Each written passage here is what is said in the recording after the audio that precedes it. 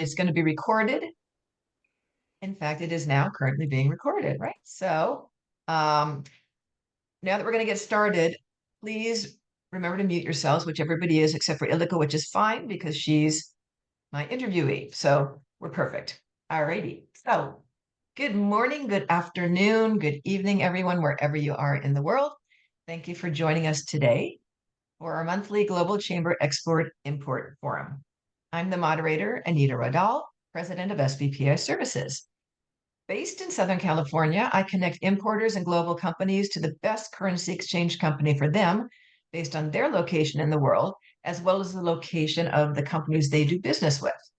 I also broker a variety of business loans for US-based businesses, including payable financing for importers. I am very proud to be a member of the advisory board for the Los Angeles chapter of the Global Chamber. The Global Chamber is a growing collaborative community of CEOs, executives, and business leaders in over 525 metro regions around the world. Its mission is to foster growth in cross-border business, trade, and investment in every region of the world by providing its members with warm introductions, valuable connections, and timely information. During the webinar, I invite you to put your contact information in the chat. Please include your full name and the link to your LinkedIn page if you have one, and remember to save the chat before the end of the webinar. So let me tell you how the forum will work today. In the first 35 to 40 minutes, I'll be interviewing our guest expert, and in the last 10 to 15 minutes, we'll open it up for Q&A and conversation. So again, please keep yourselves muted through the first part of the program. Today, we are very, very lucky to have with us the amazing Ildiko Mokren. Let me tell you just a little bit about Ildiko. Ildiko is the founder of I Am Bookkeeping Limited, a UK-based award-winning ICB and CIO-EIT certified company specializing in accountancy and customs clearance. With 15 years of experience in international trading and extensive customs knowledge, I Am Bookkeeping Limited has been helping customers with import and export since customs clearance became mandatory between the UK and the EU on December 31st, 2020.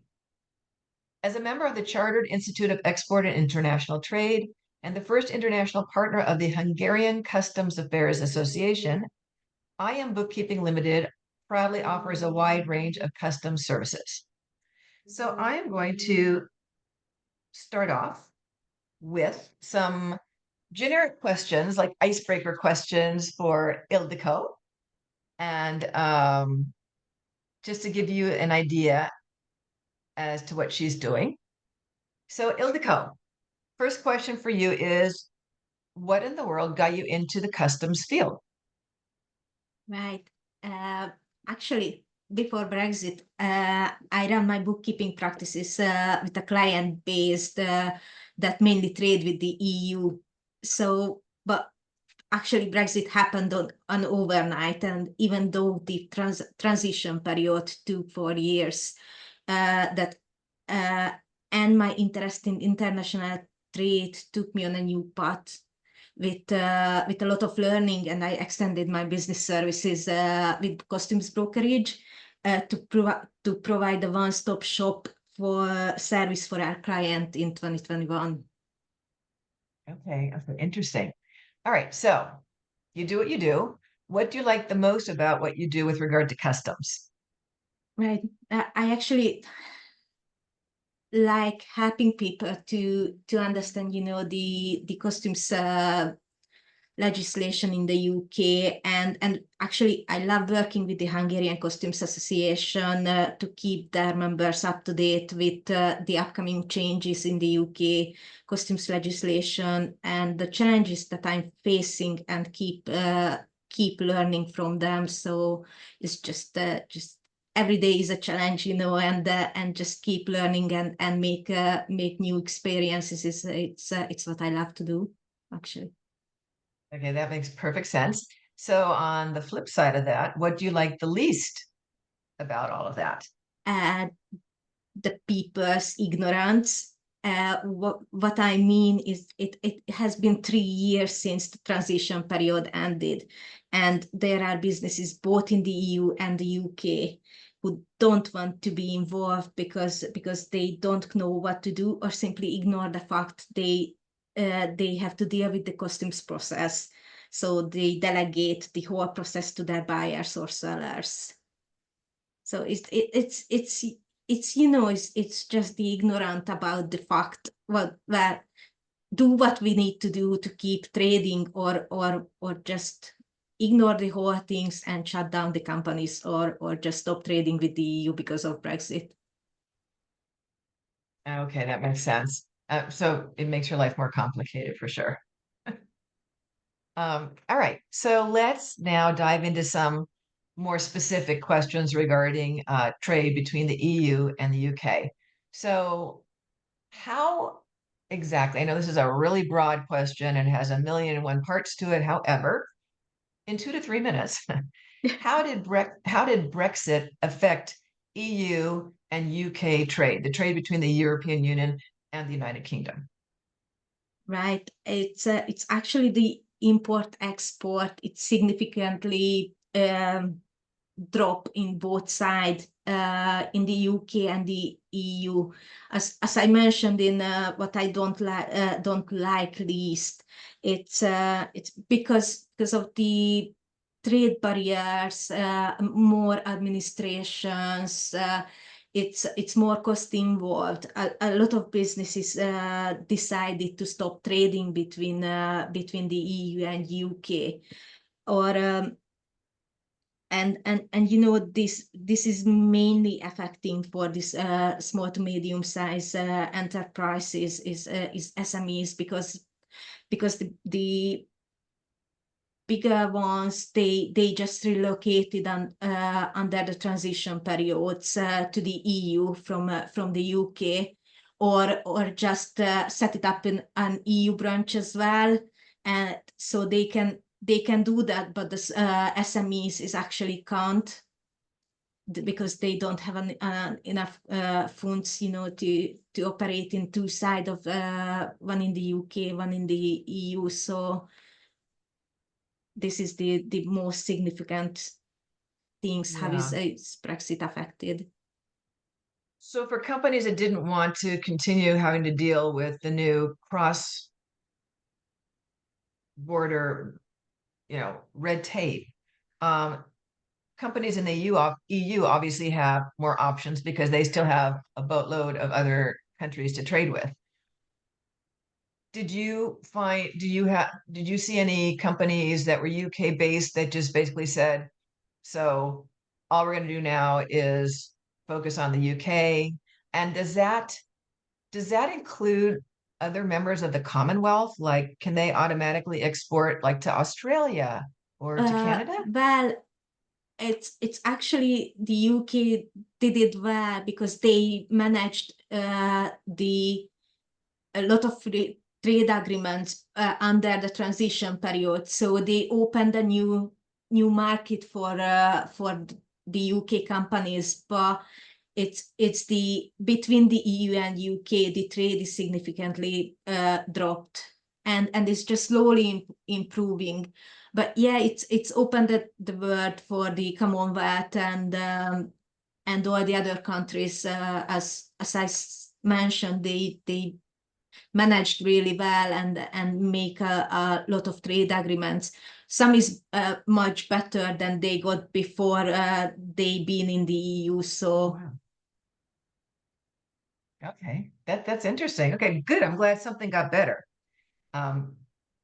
Okay, I was reading about this. I don't completely understand what it is, but there's something called the Windsor Framework. So, what is the Windsor Framework, and how did it impact trade between Northern Ireland, and the rest of the UK and the EU? Right. It's actually means the framework is just needed because when the whole Brexit things happened, there is already been an agreement between the island and the UK. There is a Good Friday agreement between the UK and Ireland, which isn't allow a hard border between Ireland and Northern Ireland. and to manage these things and keep the peace between Ireland and Northern Ireland, they came up with the Northern Ireland Protocol, but it makes a lot harder trading with UK, with Great Britain and the Northern Ireland.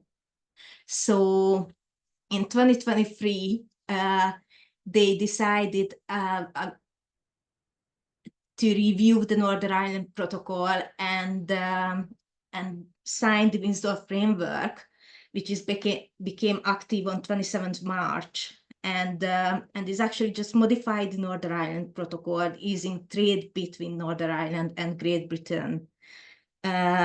So what it means if the goods stay inside Northern Ireland, no customs declaration are needed between the Great Britain and Northern Ireland. Before the Windsor Framework, all the goods movements needs to be going through to the whole customs declaration process. And there are actually no inspection on the goods, part of the inspection of the risk category, which is for mainly the sanitary, phytosanitary products and the licensed products, actually. But still need to provide the basic information for the statistics via trade support services, but it's less information what actually the proper customs declaration needs. And you know, if the goods stay in Northern Ireland, they must declared on the label showing not for the EU, which means it's no customs declaration needed, and there is no duty on it, and it's just like an inside market between the Northern Ireland and the Great Britain. But if the goods going through Northern Ireland to Ireland, there is a proper customs declarations involved. So it's Northern Ireland got a specific place in the UK and by the EU treated like as any other EU country. So there is no actual customs declarations needed again. If the goods come going to the Northern Ireland. That's remarkable. Is that the only country in the EU that has that kind of a status, that it's considered, you know, UK and EU, like it's standalone, only one? Yes. So it's still apply the EU rules, and but because of the Windsor Framework, they can consider the UK laws as well for the customs and the duties and everything in Northern Ireland. So it's quite specific. Wow, I would imagine that would make Northern Ireland a very desirable place to start manufacturing. Yeah. Like, I'm just thinking, that sounds like gets rid of a whole lot of headaches. So interesting. Okay. Now, wanted to ask you about tariffs. How do rules of origin affect tariffs and duties on trade between the UK and the EU? I think is the most important things. It's the origin. Actually, is the free trade agreement became effective on January 1st, 2021, and it's allow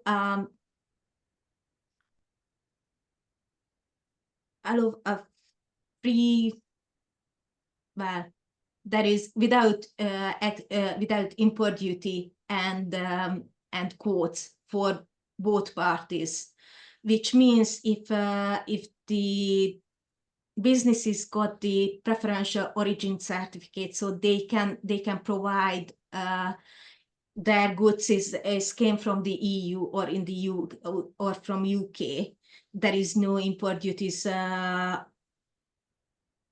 the import, if that makes sense. So it's the duty rate is 0%, but it's need to be declared either on an invoice or get a certificate of origin from Chambers of Commerce. It's the preferential origin is from the EU or from UK. Are there like percentages of, like, let's say somebody manufactures something, and you may or may not know the answer to this, but I'm just thinking, because we have special rules like between the US and Mexico with regard to manufacturing and different locations where manufacturing takes place. Let's say So it's if just some like,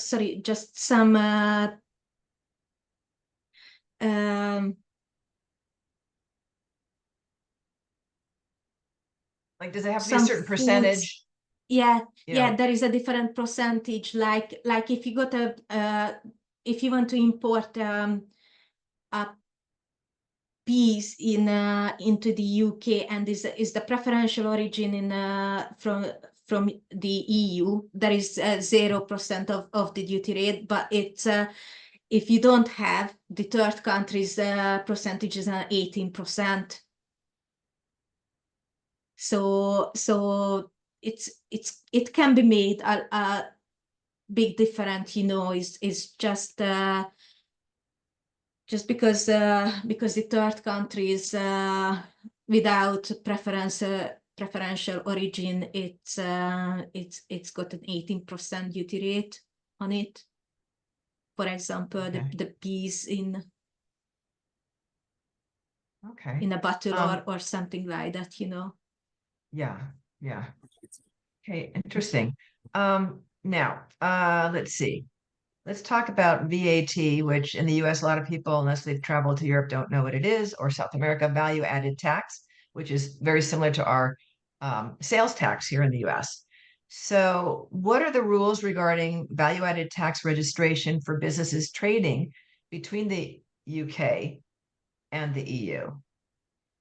Well, there is two different things about the VAT registration. If you're based in the UK and you don't reach the threshold, you don't have to be a VAT registered. So the threshold is currently at £90,000 if you are a UK registered company. But if you are a foreign company and you send a packages like you are an e-commerce company and send packages to the customers under £135, the business needs to be registered for the UK VAT, and they have to charge the UK VAT rates, which is the main VAT rate is at 20%, and they have to charge on the sales for their customers, and the business need to be paid to the HM Revenue and Customs in the UK. But over £135, it's is always if you're talking about the import, it's always liable by the importer to pay the VAT. But if the businesses want to deliver their goods by DDP terms, they also can register as a foreign company for the UK VAT number. And after that, they don't have to pay in at the time when the imports arrived the VAT. They can postpone and just pay the VAT after the sales happened in the Wow. UK. Yeah, go ahead. So sorry. No, that's it. Okay. All right. So does the UK also have a VAT? Yeah. So and is the VAT for the EU, like, is it the same for every country? Does Spain pay the same VAT as France, or is it regional No, within the it's country? well, in the EU, every country's got a different VAT rates. What I know exactly, Germany's got the standard rate is a 19%. Actually, I think France got a 21%, but I'm not 100% sure. But Hungary got the highest one, which is at 27%. Oh my gosh, I will never complain about 9.5% again here in the US. Yeah, so Wow. the Hungary's got the highest VAT rate at the moment in the EU, which is 27%. Wow, that's crazy. And within Hungary, do different regions charge different amounts? Like here in California, for example, every county can add on. Like there's a basic sales tax for the No, state, and then every county can add on to that. it's centralized, so every county is charged the same VAT rate.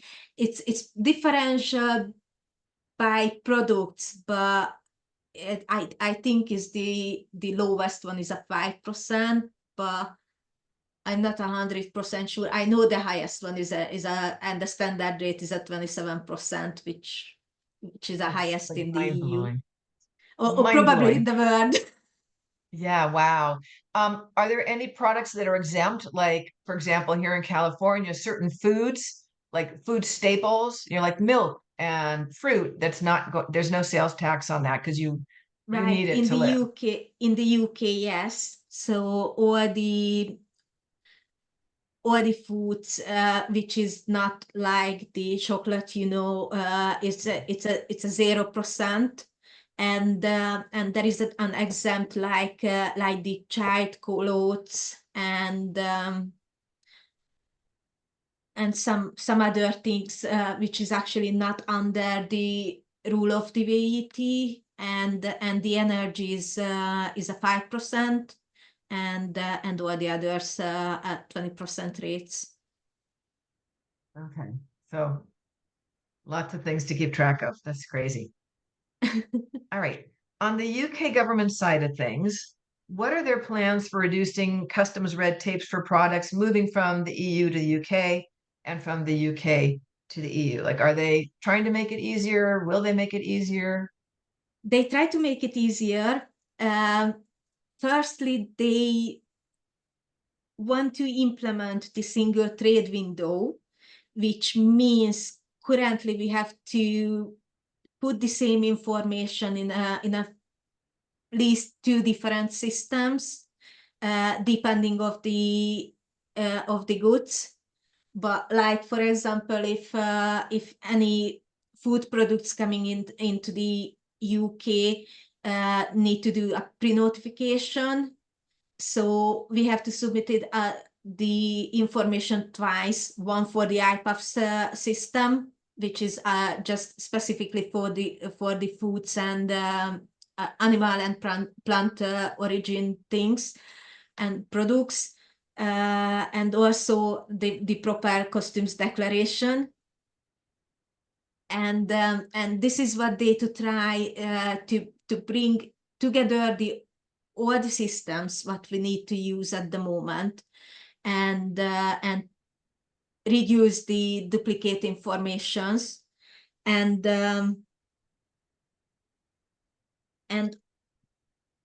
also they planting the exporters should be able to make export declaration through to the UK single trade window, alongside managing the authorization and licenses what they need for the export, some of the goods export, which means currently we're using again at least two free system. Once the export declaration, which is a customs declaration service, and CTS, because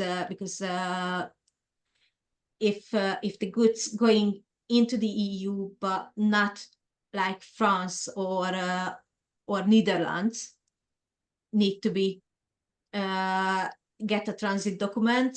So this is again a different system. So it's again the information is duplicated.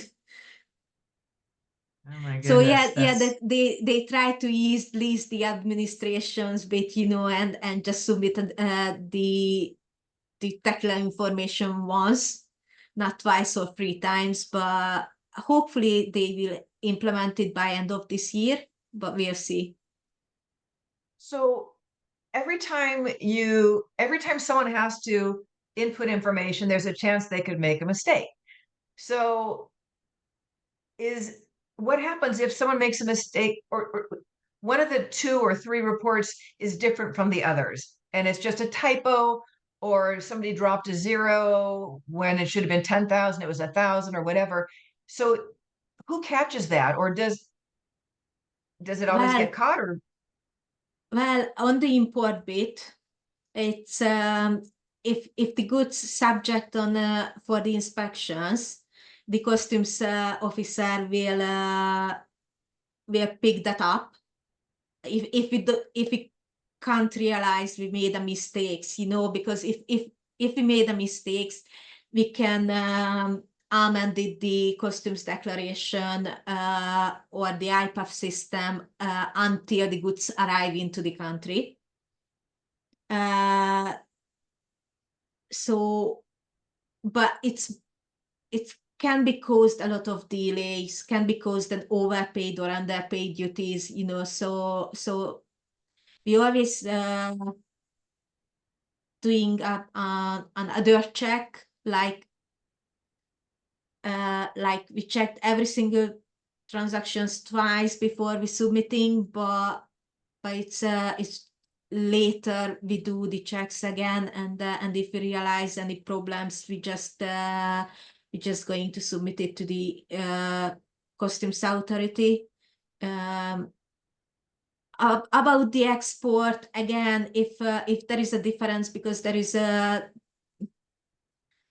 like, for example, if a Hungarian companies got something from the UK and they don't want to deal with the customs in France or Netherlands, they need a transit documents. So is the transit documents and the export customs declaration need to be definitely the same informations. So if something wrong, again, is the customs office will pick that up, and they don't issue the transit documents until the information is getting correct. Again, is causing a delay, so it's worth it to check twice or 3 times. oh my God, I need such patience. How are most products between the UK and the EU? This is just a question that just occurred to me. Do they go ground, or do they go by train, air? I mean, because everything's so close, relatively speaking. I mean, Europe's a big land. Yeah, there's a lot of geography there, but everything is kind of one country's next to another country. So what's the most common form of transportation of products By road, between the mainly two? by road. By road? Yeah, mainly by road, and using a ferry between the France and the UK or Netherlands and the UK. So that's the most common things. So the channel is a channel used for It's a product channel transport? used, yeah, or between France and UK at the Eurotunnels, which is a train, but it's actually happening the whole things by road, and just using the ferry or the Eurotunnels between, just get over the channel.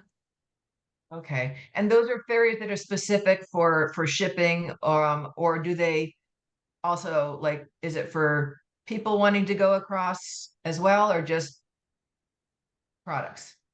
No, the ferry is operating like a passengers ferries as well. So there is a two level. One is for the freight and one for the passengers, and just someone's going to for a holiday like this, Okay. but it's for the freight got more strict regulations, which means it's UK got a goods and vehicle movement system where need to be reported all the delivery details which is coming in and going out from the UK. And on the freight side of the ferry, they don't actually let them check in until they show the barcode for the GVMS system. But Okay. it's actually great because sending the automated note message to the customs declaration systems, the goods left or arrived the country. Okay. Does the weather ever affect, I mean, I know the channel is, I have a friend that actually swam it. First Venezuelan woman to swim the channel. But that being said, are there times of the year when the weather affects the channel such that the ferries cannot run? It can cause a delay, but I haven't heard any about the cancellation because of the weather, but it can cause the serious delay. Uh-huh. Okay, that's good to know. So are there any changes that are being planned by the EU for any of their customs legislation? Actually, it is a lot of changes spreading in the EU for about the customs legislation. You know, they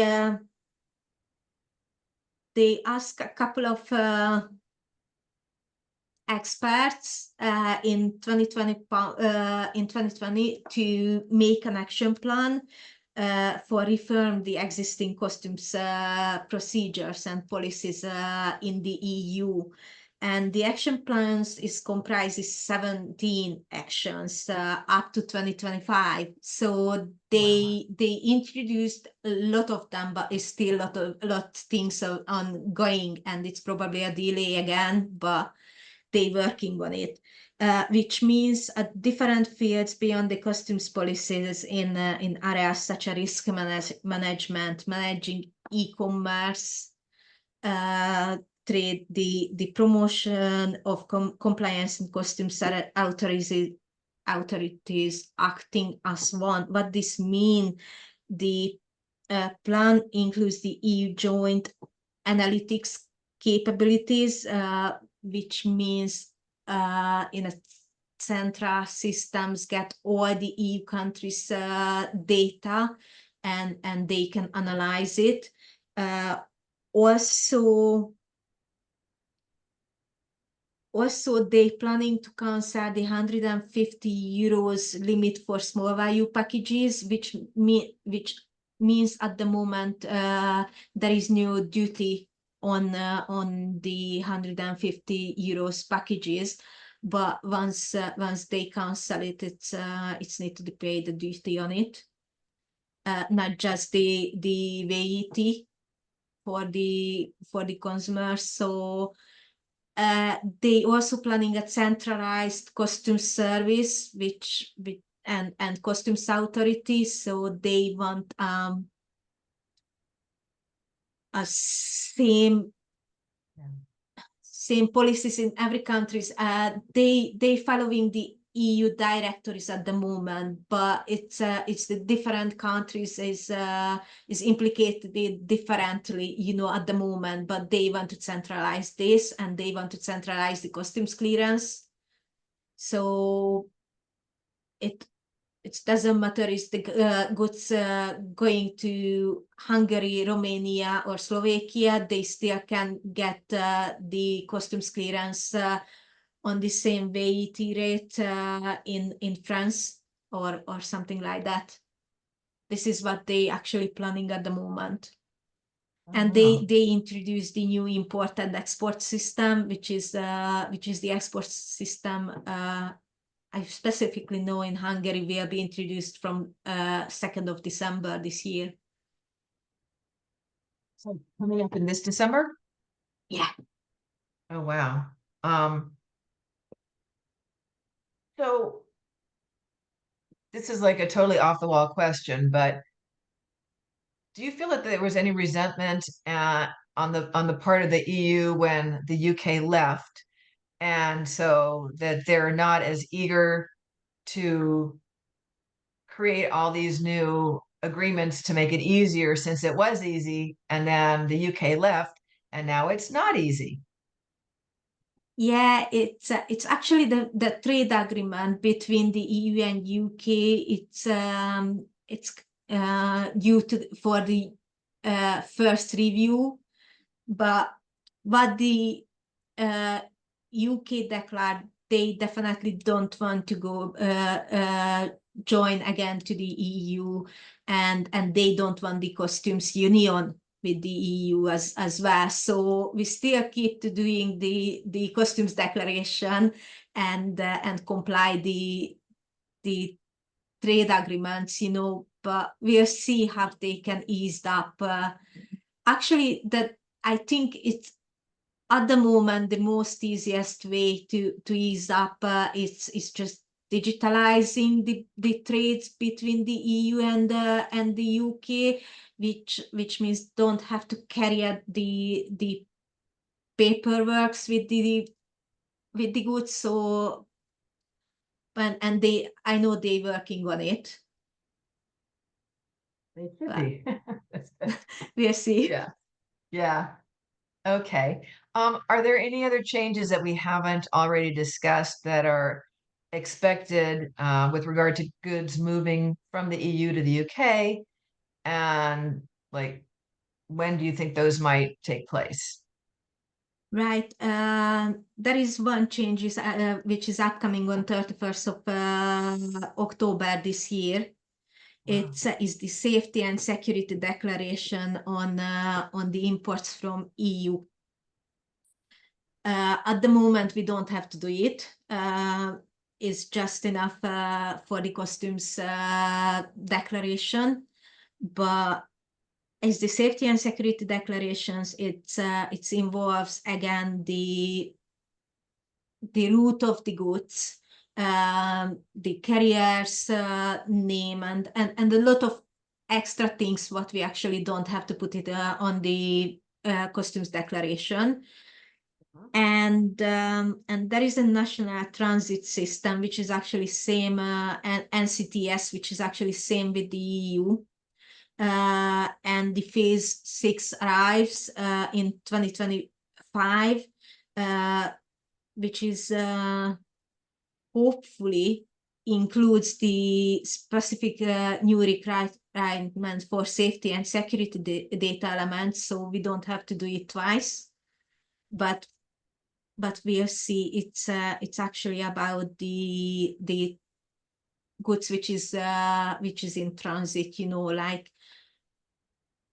like as I mentioned, if anybody wants to export in Romania or Slovakia, but they don't want to dealing with the customs in Netherlands or in France, when's the first arriving point, so they need a transit document, and this is the system for it, and hopefully it will stop the paper documents again, so it will be digitalized. This is what I know at the moment, and also currently no license needed for any customs agents to do the customs brokerage in the UK. So they want to change that, but I don't know when. So it's mainly we got the qualifications, but there is no license needed at the moment. Okay, so that's a big one for people that do this for a living. So that's be interesting to see how that plays out. So it's 12:45. I do have a couple more questions, but I want to at the same time open it up to other people in case anybody has any questions for you. So if anybody does have any questions, wave your hands wildly or hit Alt Y for the little hand to pop up. Well, Great, awesome. Anita, this is Dwight, and that I mean it's not so much a question as a comment, and that I mean this in Yeah. cross-border trade and dealing with risk mitigation. I mean this is what part of the mix of things that people that are doing this trading have to take very serious concern with, in that because this can be a cost. These can be costly mistakes, in that for either side, in that's apart from just credit risk evaluation alone, but it is part of the overall evaluation in that. So it's not an area to be easily overlooked.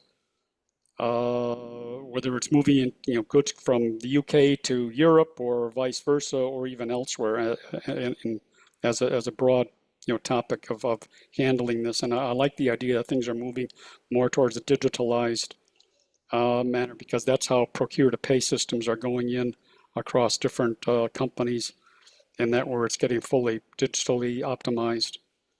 And then, so this is very much a part of that effort. So like I say, more of a comment than a question. No, that's okay, but that triggers a question for me. So Ildiko, did you like the paperwork, or are you happy that it's going digital since you deal with this on a regular Well, basis? I usually like the paperwork, but when you need to give the paperwork to the drivers because you have the accompanying documents with the goods, it's just much more easier and cost effective if you got digitalized. Uh, Also, the health certificates from the EU or from the UK, which needs for the plant and animal products and plant and animal origin products, it's just much more easier to deal with in digitalized format, like a verified PDF instead of paperwork, as we have to upload it for a system like the RPAFs or in the EU for the traces. So it's I think it's just the cost effective and the most effective things is it's get the paperwork digitalized. Yeah. So does that mean that the where you would have formerly have given somebody paperwork, do they have a copy of it digitally, or does it go directly to the person they would have had to give the paperwork to? At the moment, like the transit documents, it's been printed by the customs office, Mhm. and when they issued, but the sixth phase of the NCTS, it's all of them just get it in digitalized, so don't need to be physically with the driver,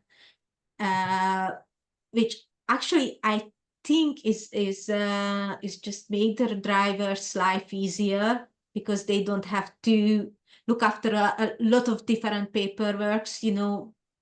I know they don't print it off the export declarations, but they still have to the invoice, CMR, delivery notes, and all the other paperwork which is related for the goods with them when they do the delivery. So I think it's just make everyone's life easier. Okay, well, that's good to know. We like that.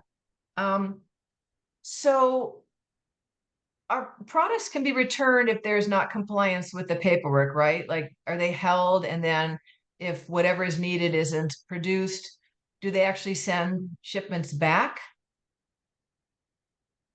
Um, yeah, sometimes it happen, but mainly they seize the goods. So they don't send it back. Mainly they seize the goods. Till the paperwork is fixed, or they seize them forever and you never get them back, which wouldn't make sense. Um, it's depend of the products. Um, but like if the inspections happening with the high risk food, uh, they don't send it back. They just keep it and seize the goods, even if the paperwork's not much with the goods on the delivery. This is what Wow. actually happened. It's a high risk category. There is a three categories for the food products. Actually, a high, medium, and low risk, and for the high one is the most strict. Well, that would make sense. I mean, because like fresh fruit, right? Things like that. Like fresh foods, yeah, or like the meat products or Oh, yeah. Anything with a very, very, very short shelf life and that could yes, carry microbes or insects or anything that could affect. yeah, that's correct. And for live Yeah, animals or the plants, right. Okay, that makes sense. What types of products do you typically, do your clients typically um work with? Well, I worked with a lot of different kind. I worked with food products, worked with car parts, worked with used clothes. Oh, I worked with the personal belonging items, when someone's moving and transferring their residency from the UK to Hungary or from the EU to the UK, or yeah, it's actually a lot of different things. I done the export for beer as well, so it's alcohol as well. So it's really is different. I'm not specializing everything, but huh. it's what the clients need the most, actually. Okay. Do you do more um from the UK to the EU or from the EU to the UK, or is it pretty much even? At the moment, it's pretty much even because, as you mentioned, I am a first international partner for the Hungarian costumes associations. A lot of Hungarian costumes broker asking me to dealing with the UK side. So it's like a partnership. So it's mainly same at the moment. Okay.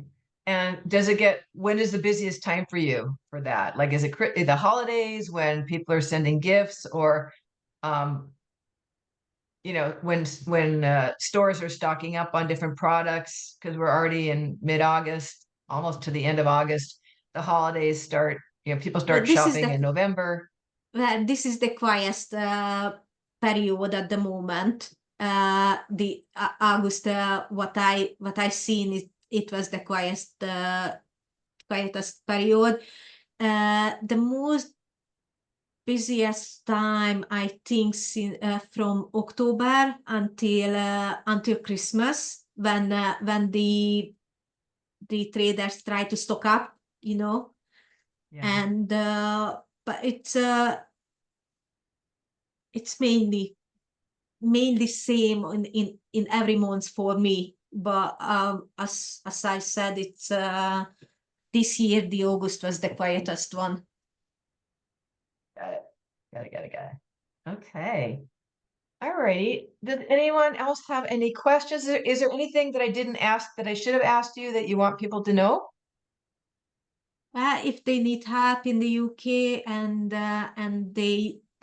but I'm not just dealing with the EU UK goods movement. I'm dealing with Harvard's, but not what you need to know. It's when you're doing the customs clearance in the UK, you need a port badges or airport badges. So I'm not dealing with the airports at the moment because it's cost a lot of money, but I'm mainly dealing for the large ports, for the Hogwarts, like Felixstowe, Southampton, Liverpool. It's just the biggest inventory ports as well.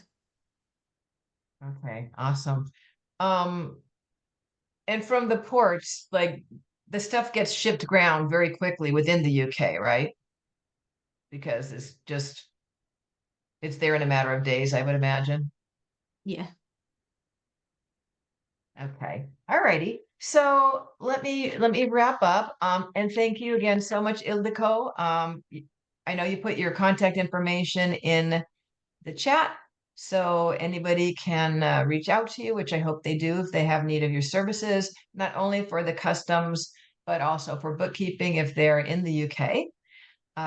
So thank you to everybody for joining us today. And if you enjoyed the discussion, I hope you'll join us again for our next one. We meet on the fourth Thursday of the month at 12 noon Pacific, 8 p.m. in the UK. So you can take the rest of the night off, Ildiko. Thank And you. so our next Export-Import Forum is on September 26th. But be sure to check out the Global Chamber calendar events to see what's going on. Every single day, there are numerous webinars and occasional in-person meetups for people who are local to a particular area. There's really something for everybody. So that's what the Global Chamber is. That's what the Global Chamber does. So take care and remember that it is great to be global, and we will see you next time. Thanks Thanks, so much. Anita. Thank you. Thank you, Thank Anita. you. You're welcome. Take care. Take Bye. care. Bye.